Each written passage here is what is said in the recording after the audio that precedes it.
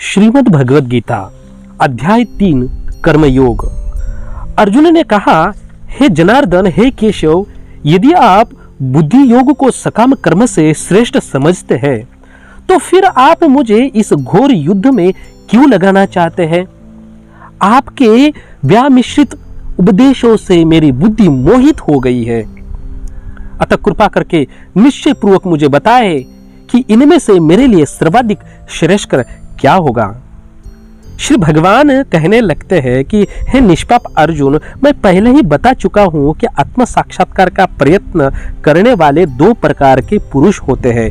कुछ इसे ज्ञान योग द्वारा समझने का प्रयत्न करते हैं तो कुछ भक्तिमय सेवा द्वारा। न तो कर्म से विमुक्त होकर कोई कर्म फल से छुटकारा पा सकता है और न केवल संन्यास से सिद्धि प्राप्त की जा सकती है। प्रत्येक व्यक्ति को प्रकृति से अर्जित गुणों के अनुसार विवश होकर कर्म करना पड़ता है। अतः कोई भी एक क्षण भर के लिए भी बिना कर्म किए नहीं रह सकता। जो कर्म इंद्रियों को वश में तो करता है, किंतु जिसका मन इंद्रिय विषयों का चिंतन करता रहता है, वह निश्चित रूप से स्वयं को ही धोखा देता है और वह व्यक्ति मिथ्याचारी कहलाता है। और दूसरी ओर यदि कोई निष्ठावान व्यक्ति अपने मन के द्वारा कर्म इंद्रियों को वश में करने का प्रयत्न करता है और बिना किसी आसक्ति के कर्म योग का प्रारंभ करता है तो वह व्यक्ति अति उत्कृष्ट व्यक्ति है। इसलिए आप नियत कर्म करो, क्योंकि कर्म न करने की अपेक्षा कर्म करना श्रेष्ठ है। कर्म के बिना तो शरीर निर्वाह भी नहीं हो सकता। श्री विष्णु के लिए यज्ञ रूप में कर्म करना चाहिए, अन्यथा कर्म के द्वारा इस भौतिक जगत में बंधन उत्पन्न होता है। अतः हे कुंती पुत्र, उनकी प्रसन्नता के लिए अपने नियत कर्म करो। इस तरह तुम सदा सदा के लिए बंधन से मुक्त रहोगे। अरे, सृष्टि के प्रारंभ में समस्त प्राणियों के स्वामी अर्थात प्रजापतियों ने विष्णु के लिए यज्ञ सहित मनुष्यों तथा देवताओं की संततियों को रचा और उनसे कहा, तुम इस यज्ञ से सुखी रहो, क्योंकि इसके करने से तुम्हें सुख पूर्वक रहने तथा मुक्ति प्राप्त करने के लिए समस्त वांछित वस्तुएं प्राप्त हो सकेगी। और यज्ञों के द्वारा प्रसन्न होकर देवता भी तुम्हें प्रसन्न करेंगे और इस तरह मनुष्यों तथा देवताओं के मध्य सहयोग से सबों को संपन्नता प्राप्त होगी। जीवन की विभिन्न आवश्यकताओं की पूर्ति करने वाले विभिन्न देवता यज्ञ संपन्न होने पर प्रसन्न होकर तुम्हारी सारी आवश्यकताओं की पूर्ति करेंगे। किंतु जो इन उपहारों को देवता को अर्पित किए बिना भोगता है वह निश्चित रूप से चोर ही कहलाता है। हे अर्जुन, भगवान के भक्त सभी प्रकार के पापों से मुक्त हो जाते हैं। क्यों? क्योंकि वे यज्ञ में अर्पित किए भोजन अर्थात प्रसाद को ही ग्रहण करते हैं। अन्य लोग जो अपने इंद्रिय सुख के लिए भोजन बनाते हैं वे निश्चित रूप से पाप ही ग्रहण करते हैं। सारे प्राणी अन्न पर आश्रित है जो वर्षा से उत्पन्न होती है। वर्षा यज्ञ करने से होती है और यज्ञ नियत कर्मों से संपन्न होते हैं। वेदों में नियत कर्मों का यही विधान है और ये वेद साक्षात श्री भगवान परब्रह्म से प्रकट हुए हैं। फलतः सर्वव्यापी ब्रह्मा यज्ञ कर्मों में सदा स्थित रहता है। हे प्रिय अर्जुन, जो मानव जीवन में इस प्रकार वेदों द्वारा स्थापित यह यज्ञ चक्र का पालन नहीं करता वह निश्चित रूप से निश्चय ही पापमयी जीवन व्यतीत करता है। ऐसा व्यक्ति केवल इंद्रियों की तुष्टि के लिए व्यर्थ ही जीवित रहता है। किंतु जो व्यक्ति आत्मा में ही आनंद लेता है तथा जिसका जीवन आत्म साक्षात्कार युक्त है और जो अपने में ही पूर्णतया संतुष्ट रहता है, उसके लिए कुछ भी कर्तव्य नहीं होता है, कुछ भी करणीय नहीं होता है। स्वरूप सिद्ध व्यक्ति के लिए न तो नियत कर्मों को करने की आवश्यकता रहती है और न ही ऐसा कर्म न करने का कोई कारण ही रहता है। उसे किसी अन्य जीव पर निर्भर रहने की कोई आवश्यकता नहीं रहती।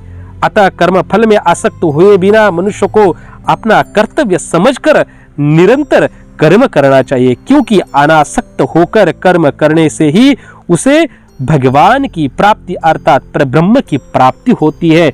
जिस प्रकार से जनक जैसे राजाओं ने केवल नियत कर्म करने से ही सिद्धि प्राप्त की, अतः सामान्य जनों को शिक्षित करने की दृष्टि से तुम्हें कर्म करना चाहिए। महापुरुष जो जो आचरण करते हैं, सामान्य व्यक्ति उसी का अनुसरण करते हैं। वह अपने अनुसरणीय कार्यों से जो आदर्श प्रस्तुत करता है, संपूर्ण विश्व उसका अनुकरण करता है। इसलिए हे प्रथापुत्र, तीनों लोकों में मेरे लिए कोई भी नियत कर्म नहीं है। ना मुझे किसी वस्तु का अभाव है, ना ही आवश्यकता है, तो भी मैं नियत कर्म करने में तत्पर हूं। क्योंकि यदि मैं नियत कर्मों को सावधानी पूर्वक ना करूं तो हे पार्थ, ये निश्चित है कि सारे मनुष्य मेरे ही पथ का अनुसरण करेंगे। यदि मैं नियत कर्म न करूं तो सारे लोग नष्ट हो जाएंगे। तब मैं अवांछित जन समुदाय का या वर्ण संकर को उत्पन्न करने का कारण हो जाऊंगा और इस तरह संपूर्ण प्राणियों की शांति का विनाश बनूंगा। जिस प्रकार अज्ञानी जन फल की आसक्ति से कार्य करते हैं, उसी तरह विद्वान जनों को चाहिए कि वे लोगों को उचित पथ पर ले जाने के लिए अनासक्त रहकर कार्य करें। विद्वान व्यक्ति को चाहिए कि वह सकाम कर्मों में आसक्त अज्ञानी पुरुष को कर्म करने से रोके नहीं, ताकि उनके मन विचलित न हो, अपितु भक्ति भाव से कर्म करते हुए उन्हें सभी प्रकार के कार्यों में लगाए। जीवात्मा अहंकार के प्रभाव से मोहग्रस्त होकर अपने आप को समस्त कर्मों का कर्ता मान बैठता है, जबकि वास्तव में वे प्रकृति के तीनों गुणों द्वारा संपन्न किए जाते हैं।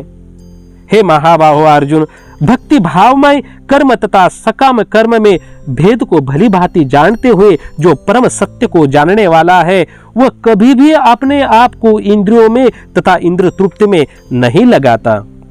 माया के गुणों से मोहग्रस्त होने पर अज्ञानी पुरुष पूर्णतया भौतिक कार्यों में संलग्न रहकर उनमें आसक्त हो जाता है। यद्यपि उनके कार्य उनमें ज्ञान अभाव के कारण अधम होते हैं, किंतु ज्ञानी को चाहिए कि उन्हें विचलित ना करे। हे अर्जुन, अतः अपने सारे कार्यों को मुझ में समर्पित करके मेरे पूर्ण ज्ञान से युक्त होकर, लाभ की आकांक्षा से रहित होकर, स्वामित्व की किसी दावे बिना तथा आलस से रहित होकर अपना कर्म करो, अर्थात युद्ध करो। जो व्यक्ति मेरे आदेशों के अनुसार अपना कर्तव्य करते रहते हैं और ईर्ष्या रहित होकर इस उपदेश का श्रद्धा पूर्वक पालन करते हैं, वे सकाम कर्मों के बंधन से मुक्त हो जाते हैं। किंतु जो ईर्ष्यावश इन उपदेशों की उपेक्षा करते हैं और इनका पालन नहीं करते, वे समस्त ज्ञान से रहित, विभ्रमित तथा सिद्धि के प्रयासों में नष्ट भ्रष्ट समझना चाहिए। ज्ञानी पुरुष भी अपनी प्रकृति के अनुसार कार्य करते हैं, क्योंकि सभी प्राणी तीनों गुणों से प्राप्त अपनी प्रकृति का ही अनुसरण करते हैं। भला दमन से क्या हो सकता है? प्रत्येक इंद्रिया तथा उसके विषय से संबंधित राग द्वेष को व्यवस्थित करने के नियम होते हैं। मनुष्यों को ऐसे राग तथा द्वेष के वशीभूत नहीं होना चाहिए, क्योंकि ये आत्म साक्षात्कार के मार्ग में अवरोधक है। अपने नियत कर्म को दोषपूर्ण ढंग से संपन्न करना भी एक अन्य कर्मों को भली भांति करने से श्रेष्ठकर है। स्वीय कर्मों को करते हुए मरना पराय कर्मों में प्रवृत्त होने की अपेक्षा श्रेष्ठतर है, क्योंकि अन्य किसी के मार्ग का अनुसरण करना भयावह होता है। तो अर्जुन प्रश्न पूछने लगते हैं कि हे वृष्णिवंश, मनुष्य न चाहते हुए भी पाप कर्मों के लिए प्रेरित क्यों होता है? ऐसा लगता है कि उसे बलपूर्वक उनमें लगाया जा रहा हो।